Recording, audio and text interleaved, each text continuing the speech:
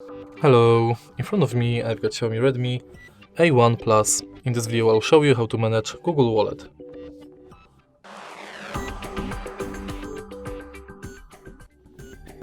In the beginning, let's enter Wallet.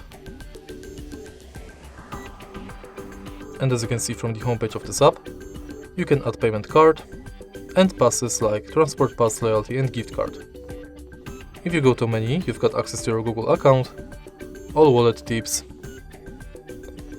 contactless setup where you can set up payment card, check if NFC is on, if Google Pay is set as your default, if you've got a lock screen set and if your phone meets security requirements. Next, you can check full list of participating banks,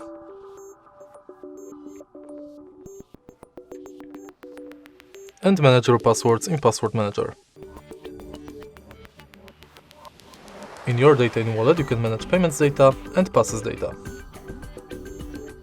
In Wallet settings, you can manage payments profile, add passes from Gmail, enable or disable review purchases, updates about your passes, and updates from Wallet and Google Pay.